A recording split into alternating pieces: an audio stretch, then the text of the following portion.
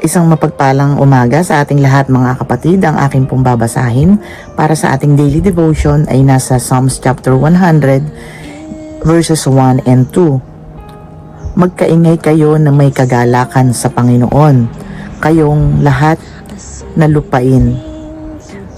Mga lingkod kayo na may kasayahan sa Panginoon, magsilapit kayo sa kanyang harapan na may awitan.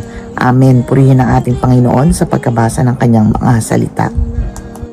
Magandang araw po sa ating lahat. Ang bahagi ko po, Psalms chapter 100 verse 3.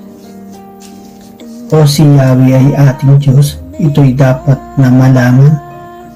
Tayo'y kanyang lahat, tayo'y lahat na nilalang, lahat tayo'y bayan niya, kabilang sa kanyang kawan.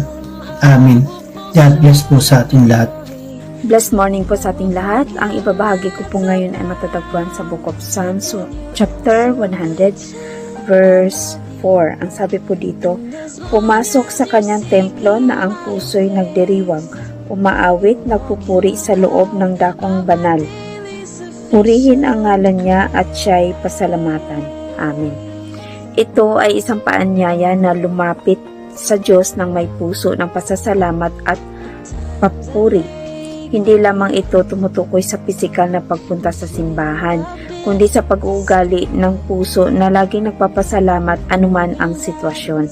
Ito din ay nagtuturo na ang tamang paglapit sa Diyos ay may kagalakan, pasasalamat at pagpuri dahil sa kanyang walang hanggang katapatan. Amen. Purihin po ang Panginoon sa pagkakabasa ng kanyang mga salita.